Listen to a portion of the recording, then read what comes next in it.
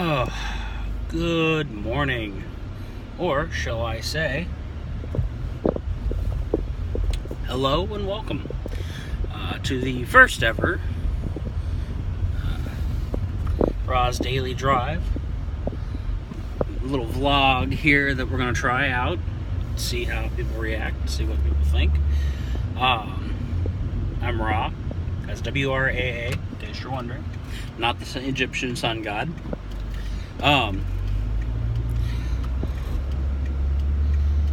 Just to give you a little bit of background information, I'm a help desk technician at a local ISP, internet service provider. We also provide phone and TV service as well. And I help people. That's my job. I troubleshoot over the phone, help people figure out problems, whether it's something as simple as, hey, press a button, now it's working, perfect, to, a 2-hour-long call that usually involves me sending a technician out to try to troubleshoot something further. I'm new to the YouTube thing. I've been watching YouTube for, as long as any of the rest of us have been watching YouTube since it came out. But I've got about a half-hour drive almost every day.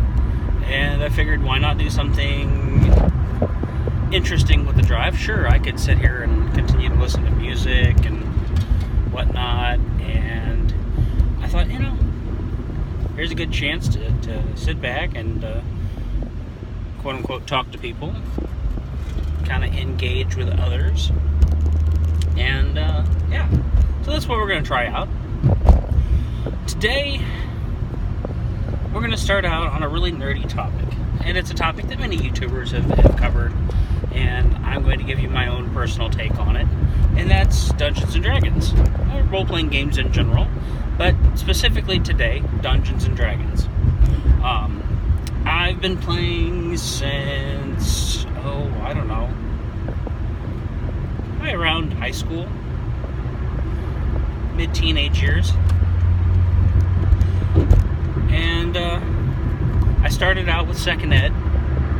For those of you who are familiar with D&D, you know exactly what second ed means, and that means THATCO, or 2-hit armor class 0.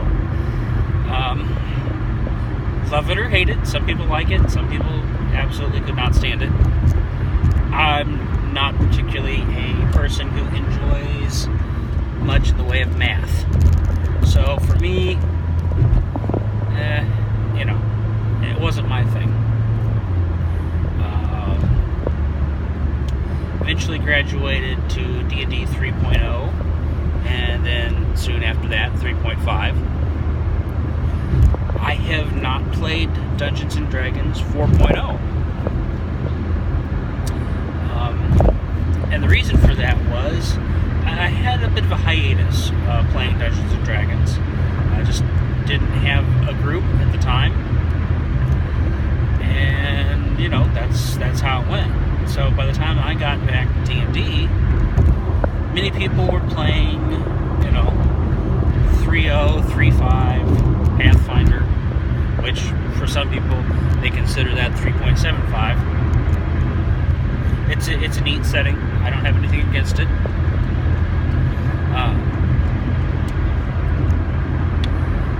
But that said, when I got back into D&D, I hit 5th ed, completely bypassing 4th. There's some interesting things that came out of 4th edition, as far as settings, player races. I am kind of curious about the shard mines, and I've read a little bit on them, but, it is what it is. 5th ed for me took a lot of things about the previous editions and kind of mashed them all together. There's a lot of people who have said, hey, D&D 5th ed kind of reminds me a lot of, 1st ed. And, there's some aspects of it that are very 2nd ed, 3rd ed, little bits and pieces of 4th ed, not a lot. What I think what they really did is they streamlined quite a bit. And they made it a little bit more accessible, perhaps, but not, from what I have been told, so dumbed down that it was 4th Ed. 4th Ed, from what I understand, had a lot of issues as far as just sheer levels of simplicity. And while that might seem like a good thing, it was kind of like we've made everything so basic that nobody is special anymore. Everybody can do healing. Everybody can pick a lock, as far as skills go and such. And other various complaints. And again, not having played it, I don't feel that I'm necessarily the person who is going to be the right person to ask about 4th Ed or even really critique it. I'm just going by what I have been told, what I have read up on. I have no direct experience with 4th Ed.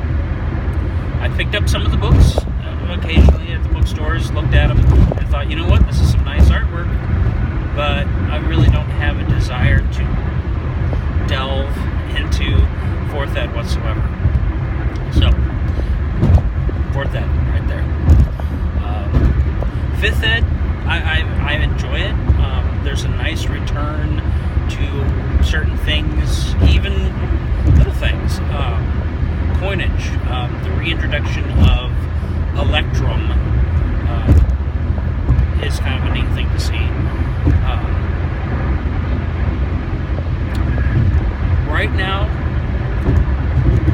I'm not playing 5th Ed. I'm playing 3.5. And that's because my DM, who also happens to be my fiance, she's an awesome DM, she knows 3.5 like the back of her hand. And you know what? When it comes down to it, I think what I don't know, what I'm not comfortable with, all that, as far as various systems go, having a good DM makes the difference. And it's kind of finding a compromise. You know, what does the DM want to do as far as the story of the game goes, and what do the players want? You know, if you have players who all want to, you know, basically kill the monster, get the treasure, lather, rinse, repeat. A DM that wants to tell a finely crafted story is probably not going to be the best individual for that particular group. And likewise, you know, if the DM says, hey, I'm good with running the good dungeon crawl, and that's about it, and the players are wanting, you know, story and plot and well-developed NPCs and all that,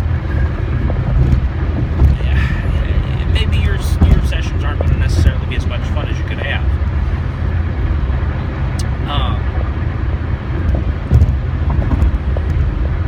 Our DM is awesome.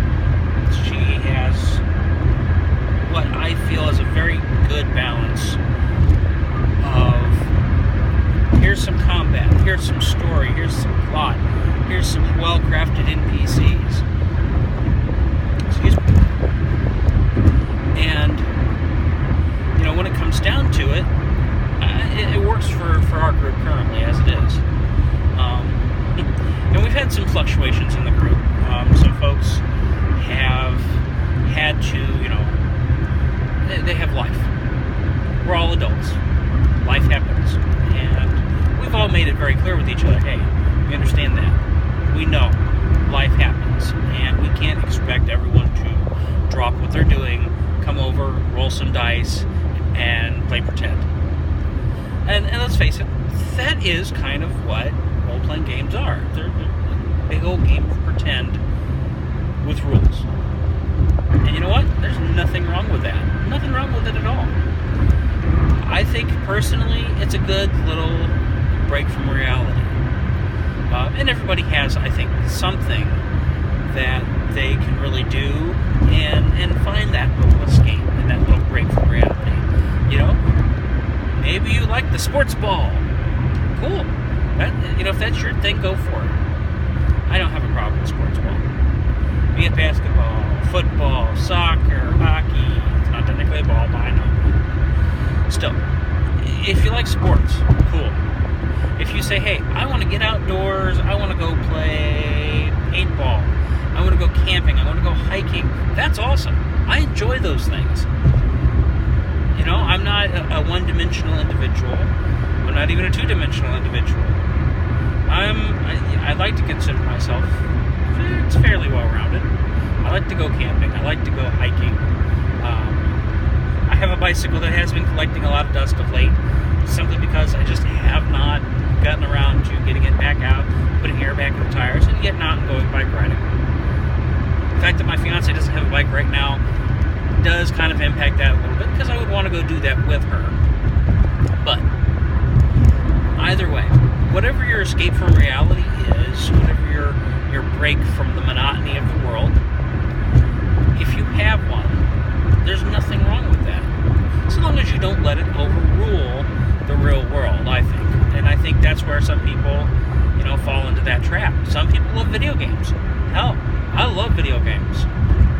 I don't play them very often, though. I just don't feel that I have the time at this point in my life to devote to sitting and playing, you know, a lot of video games. Me and my fiance, sometimes we do. Sometimes we sit down, we play Fallout in the same room. Once Fallout 76 drops, we're going to be playing it together. We're looking forward to that. I hope it's good. I really do. Sometimes we sit and we play Diablo 3 together. It's a fun time.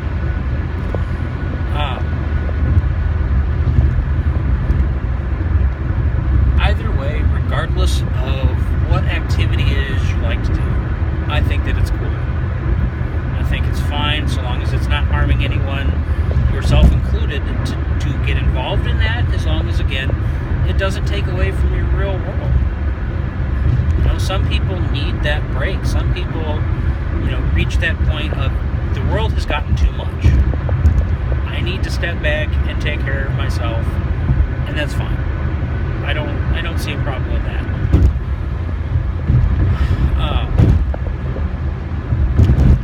Veering way in and out of topic. So, D&D 3.5. My character is currently a gnome ranger,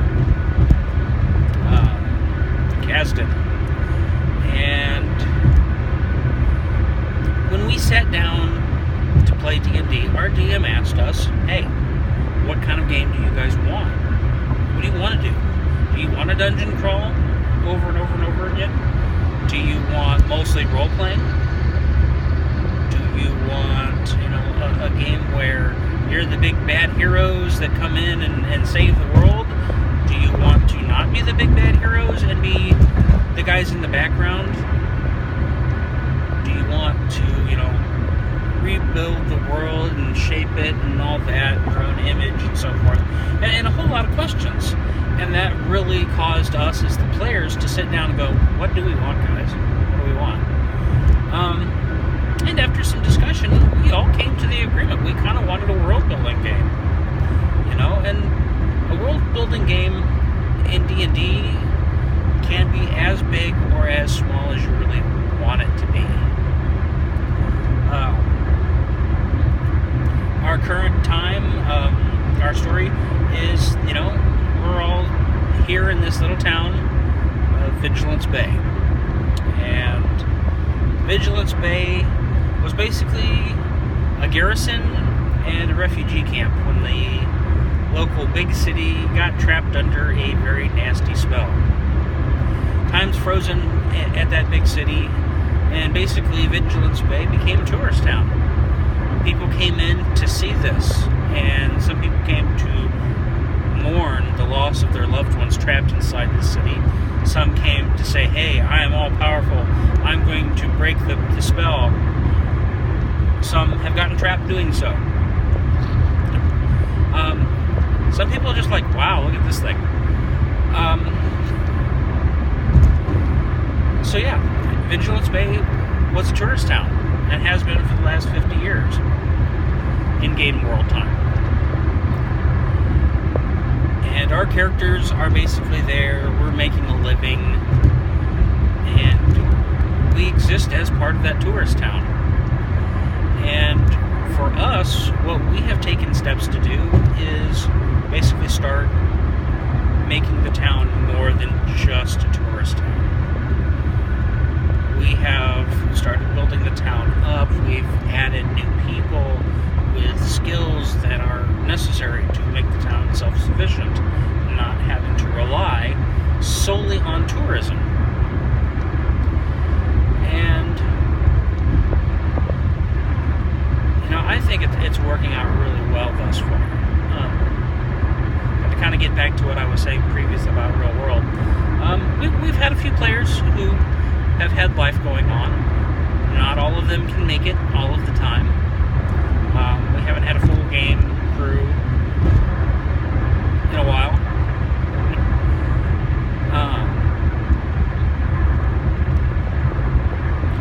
So we're doing the best with what we've got.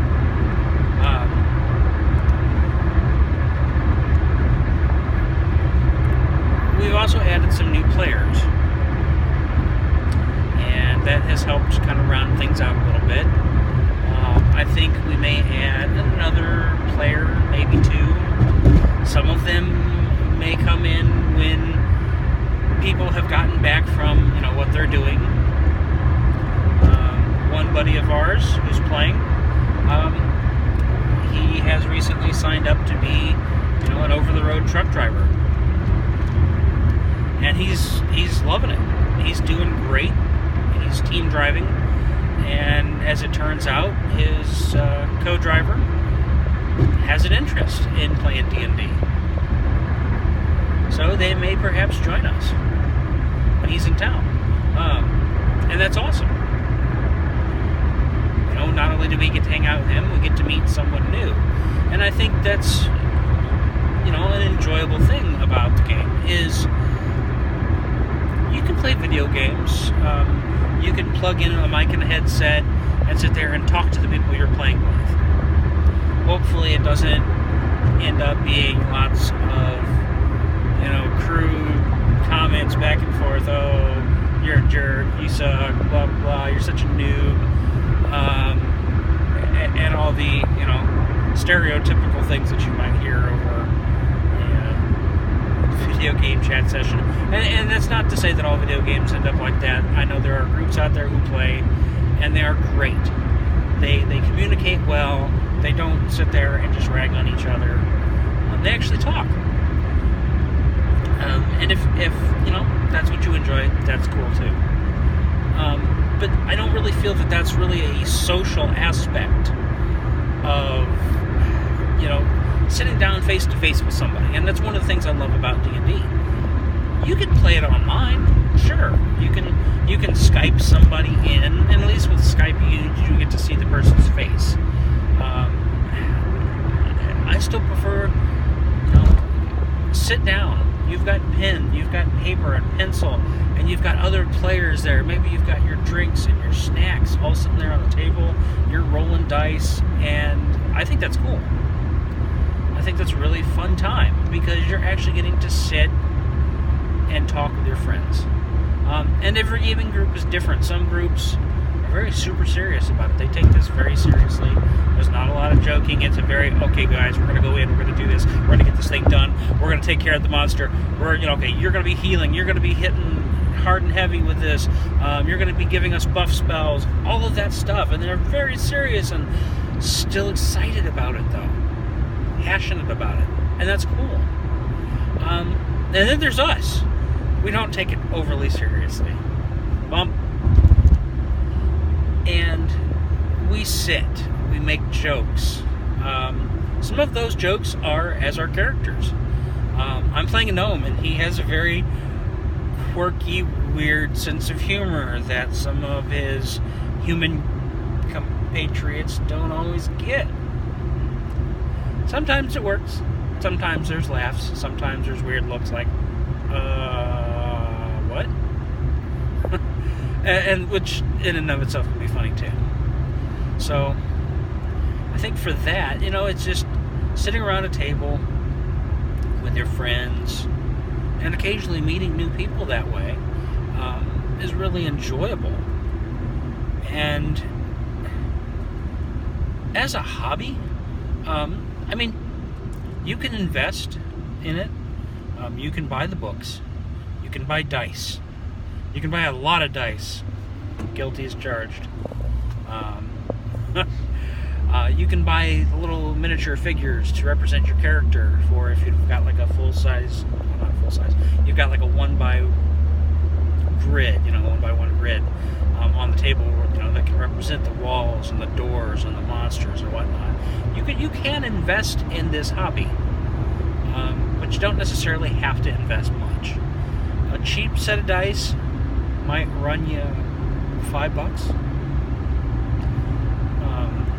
Depending on what edition you're playing, you can find copies of the books online, sometimes eBay, for very cheap. Some books are $5, $10. If it's a brand new old book, it may be a lot more. You never know. And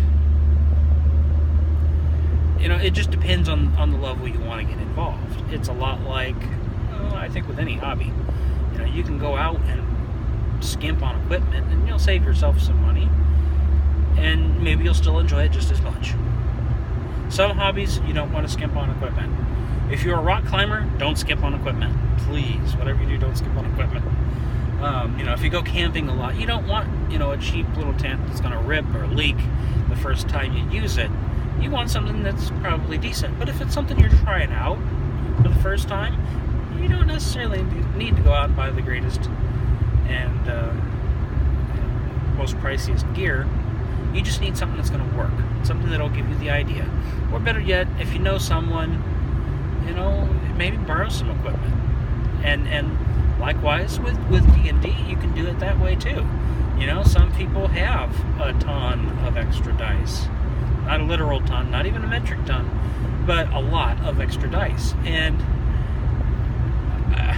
I know there are some people out there who are like, no, these are my dice, don't touch them. And personally, I'm not that particular person. I have a whole container full of dice. You need dice, dude? Reach in, grab what you need. Just drop them back in when you're done.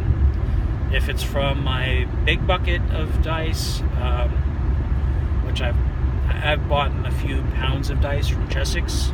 They're quite cool. It's a literal pound of dice in a bag. Just all sorts of dice. D4s through D20.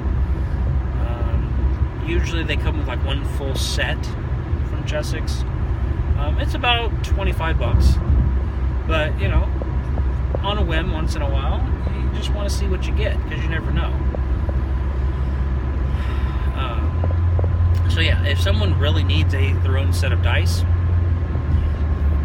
my philosophy is either I will say, hey, let's go buy you a set of dice. My treat. I'm not going to buy you like metal dice that are like a $40 set. Because let's face it, some of those sets are very pretty. Not all of them roll worth a dang at all. A good set of standard dice, usually your best bet. If you want to go a little fancier, there's some companies out there that make some really cool, nifty designs for dice, of which I own a couple myself. There are dice that are interesting shapes that aren't the standard shapes. It's debatable perhaps how well they roll, but they're cool. I've got sets of dice that look like little rough cut stones. They work. They might not roll the best, but they work. And when it comes down to it, as long as it works for you, that's all that really matters.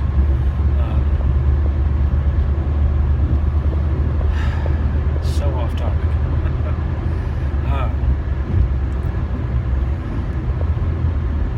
What it really comes down to in the end, I think, is, are you having fun? Are you having fun with what you're doing? And for me, D&D is a lot of fun.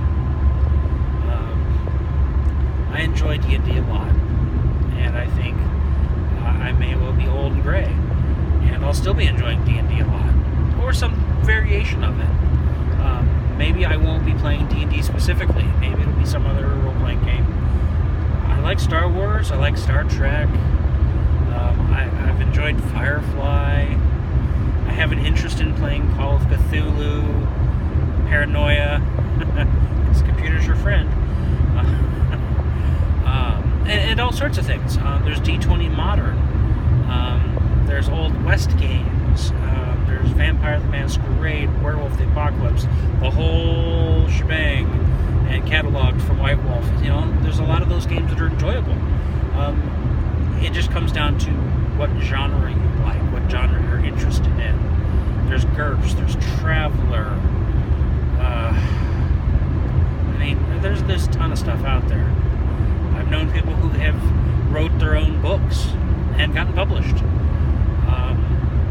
There's one out there by a guy I know called Ether RPG. You can look that up. I'll toss in a link to that. And it's all about finding a setting that you enjoy. For me, I like a fantasy setting. I don't want necessarily something that's per se, history-based, but there are people who enjoy that more so than myself. Some people want that heavy sci-fi. Some people want a very realistic setting as far as a role-playing game. Some people love post-apocalyptic. There's plenty of games out there that you have, the zombie apocalypse going on. All flesh must be eaten, for one. Again, it comes down to having fun and enjoying yourself, and hopefully having fun in a group. Spending time with your friends. Gathering together. Maybe somebody will cook up something for everybody to enjoy. Maybe it'll be like a potluck where everybody brings a little bit for everybody else, and you get to sit down and actually spend time with your friends. Put your phones away, or at least turn them to silent, and don't sit there glued to them constantly. If you're using your phone as like a reference book, like, hey, I've got my list of magic spells for my mage right here on my phone, you can do that.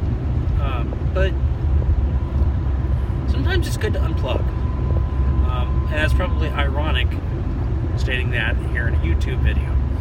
But, at the end of the day,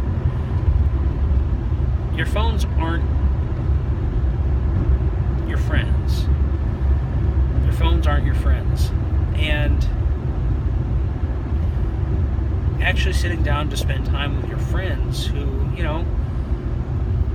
they're your friends. Maybe you don't get to see them all that often. Maybe, sitting down at a table with them and hanging out is, a very rare thing. And I think that makes, games like this that much more important. That, kind of special in that regard, that you do get to spend that time with them and talk to them.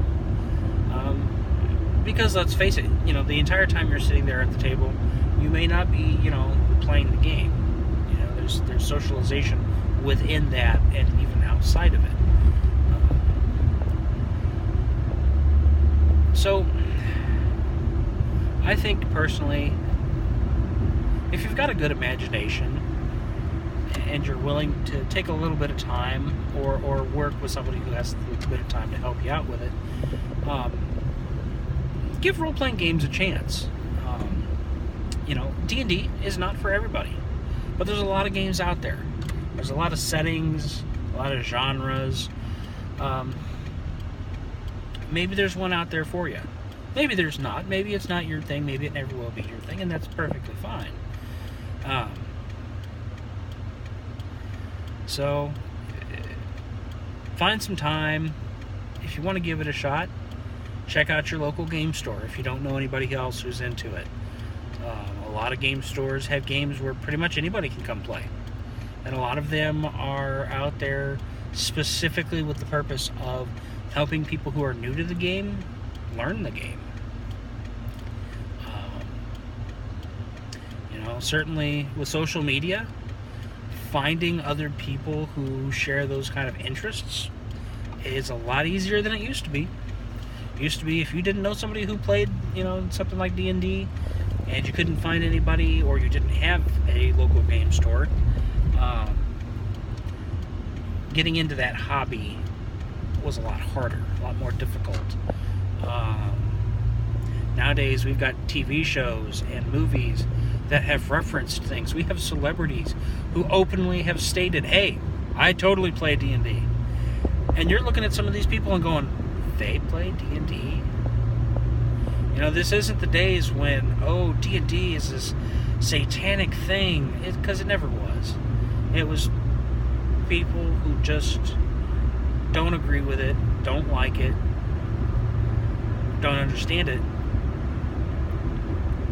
and they wanted it gone. And that's unfortunate, because I think games like that took a big hit for a while, until people finally said, look, seriously, it's just playing pretend with some guidelines. There's nothing bad about it. And if you're one of those people who worries that D&D is this gateway into the pagan arts or whatever, what have you, take a moment and talk to somebody. Read information about what it really is, because it's not anything to worry about. It's a hobby. It's a hobby that does not have to be taken seriously whatsoever. So, when it comes down to it, just have fun. Have fun, enjoy yourself, and have a great time. Well, I'm nearly to work, so I'm going to end my video here. I hope you've enjoyed listening to me ramble for the last 30 minutes or so. I'm going to try not to do too much editing with my videos. I want this to be a very honest, very straightforward look. I may do a little bit of editing here and there just to cut out various little pauses that I may have. I think the initial video, I'm going to leave unedited. You'll get the whole 30-something minutes of listening to me ramble on my drive. Either way, let me know down in the comments. I don't have this all worked out yet. I'm just starting out, so I'm not going to say, hey, click here to do the thing. If you want to stay tuned in, click the subscribe button. We know how this goes. We all know, hey, click the subscribe button. If you want to get notified, click the bell icon, or the equivalent thereof, depending on if YouTube changes its layout later, as it has in the past. Either way, if you want more, let us know. And if there's any links that I can give, I'll be putting them down in the description below. And hopefully, you'll have some time, and who knows, maybe you'll give gaming a try if you never have before. And if you have gamed before, I hope you keep at it. I hope you enjoy it. I hope you have fun. So, that's it for now. And this has been Ra, signing off.